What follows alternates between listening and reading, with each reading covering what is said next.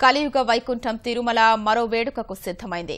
శ్రీవారి వార్షిక వసంతోత్సవాలకు ఏర్పాట్లు పూర్తయ్యాయి. నేటి నుంచి 3 రోజుల పాటు వేడుకలు జరుగుతాయి. వేసవి తాపాన్నుంచి శ్రీహరికి ఉపశమనాన్ని కల్పించడంలో భాగంగా 7 కొండలపై ఏటా వసంతోత్సవం నిర్వహిస్తారు. వసంత ఋతువును ఆహ్వానిస్తూ చైత్ర పౌర్ణమి నాటికి ముగిసేలా 3 రోజుల పాటు వేడుకలు జరపడం ఆనవాయితీ. ఈ కార్యక్రమాన్ని శ్రీవారి ఆలయం వెనుకవైపు ఉన్న వసంతోత్సవ మండపంలో నిర్వహిస్తారు.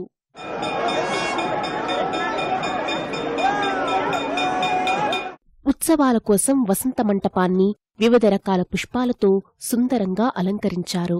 ప్రకృతి సోయకం ఉట్టిపడేలా తీర్చిదిద్దారు. వేడుకలకు పశుపక్షాదులన్నీ తరలివచ్చాయా అన్నట్లుగా సహజసిద్ధంగా కనిపించే బొమ్మలను ఏర్పాటు చేశారు. స్వామి అమ్మవార్లు వేంచేసే మంటపాన్ని సుగంధ పరిమళాలు వెదజల్లే వట్టివేలతో అలంకరించారు.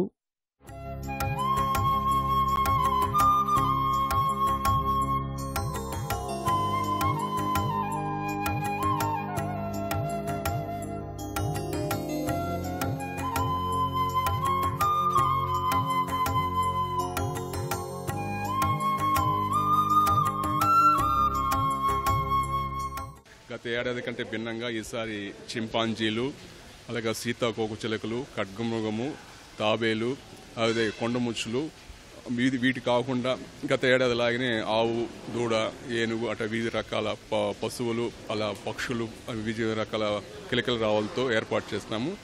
వీటితో పాటు వాటర్ ఫాల్స్, అలాగే సౌండ్ ఎఫెక్ట్ ఏర్పాటు చేస్తున్నాము. వసంతోత్సవంలో భాగంగా మొదటి రోజు ఉభయ దేవేరులతో కలిసి శ్రీ మలయప్పస్వామి ఆలయ మాడవీధుల్లో ఊరేగింపుగా వసంత మంటపానికి చేరుకుంటారు. అక్కడ ఉత్సవమూర్తులకు స్నపన తిరుమంజనం, అభిషేకాలు, నివేదనలు, ఆస్థానాలు జరుగుతాయి. ఈ కార్యక్రమాలన్నీ పూర్తయ్యాక రాత్రి 7 గంటలకు శ్రీవారు తిరిగి ఆలయానికి చేరుకుంటారు. రెండో రోజు ఉదయం 8 గంటల నుంచి 9 గంటల వరకు మలయప్పస్వామివారు స్వర్ణరథంపై తిరువీధిలో ఊరేగుతూ భక్తులకు దర్శనమిస్తారు.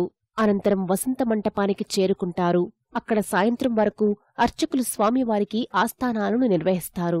చివరి రోజున మలయప్పస్వామితో పాటు సీత, లక్ష్మణ, ఆంజనేయస్వామి సమేత శ్రీరాముడు, రుక్మిణి, సత్యభామ సమేత శ్రీకృష్ణస్వామి వసంతోత్సవం వేడుకల్లో పాల్గొంటారు.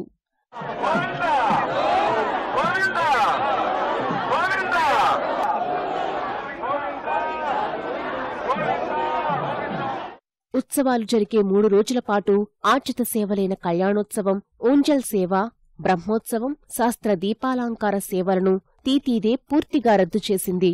వసంతోత్సవంలో పాల్గొనాలనుకునే భక్తులకు టికెట్లను తిరుమలలో అందుబాటులో ఉంచారు. టికెట్టు కొనుగోలు చేసిన వారికి వసంతోత్సవంలో పాల్గొనడంతో పాటు శ్రీవారి దర్శనం కల్పిస్తారు.